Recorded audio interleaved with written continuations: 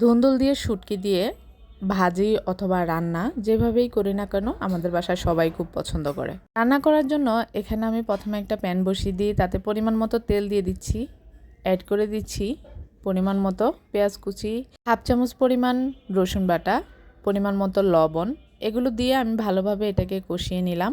এখন আমি এতে অ্যাড করে দিব পরিমাণ মতো হলুদ গুঁড়া, মরিচ গুঁড়া এবং পরিমাণ মতো শুটকি।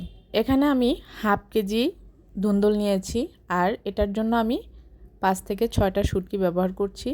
অতিরিক্ত শুটকি দিলে কিন্তু আবার তিতা হয়ে যাবে, আর কম দিলেও কিন্তু খেতে ভালো লাগবে না।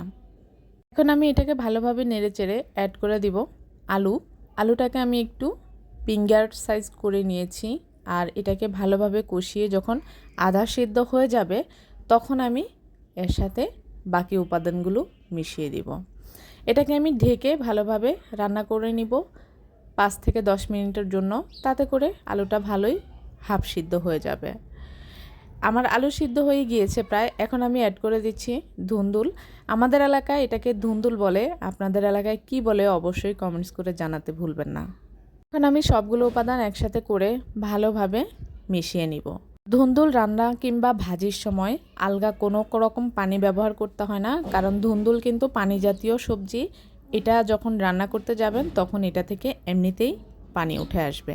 অনেকেই এই জিনিসটা জানেন না, বাড়তি পানি অ্যাড করার ফলে ভাজি কিংবা তরকারি যেটাই রান্না করেন না কেন তখন এটার স্বাদটা আর পরিপূর্ণ থাকে না, অনেক অংশেই কমে যায়। যারা নতুন নতুন রাঁধুনি অনেকেই জানে না ধুন্দুলের সাথে পানি ব্যবহার করতে হয় না, আর এটা প্রথমে আমারও ছিল, আমিও এটা জানতাম না। রান্না করতে করতে এটা জানা হয়ে গিয়েছে। এমন সবারই হবে, আর কেউই কখনো পরিপূর্ণভাবে সব জানতা হয় না। মানুষের ভুল ত্রুটি হতেই পারে, ভুল ত্রুটি থাকবেই, ভুল ত্রুটি নিয়েই মানুষের জীবন। তাই কখনো কেউ কোনো জিনিস না পারলে, কেউ কখনো কোনো জিনিস জিজ্ঞেস করলে সেটা নিয়ে উপহাস না করে তাকে শিখিয়ে দেওয়াটাই উত্তম। এখন আমি এতে অ্যাড করে দিচ্ছি পরিমাণ মতো ধনিয়া পাতা। ধনিয়া পাতার ফ্লেভারটা আমার কাছে অনেক ভালো লাগে, তাই আমি বেশিরভাগ তরকারিতেই ধনিয়া পাতাটা খাই। আর যাদের ভালো লাগবে না আপনারা এটা না দিলেও পারেন। সো আপনারা যারা ফেসবুক পেজ থেকে দেখছেন আমার এই ভিডিওটি, কে কোথা থেকে দেখছেন কমেন্টস করে জানাতে ভুলবেন না। এবং যদি এই রেসিপিটি আপনাদের ভালো লেগে থাকে, তাই যারা কখনোই ধুন্দুল এভাবে রান্না করে খাননি একবার হলেও ট্রাই করার অনুরোধ রইল।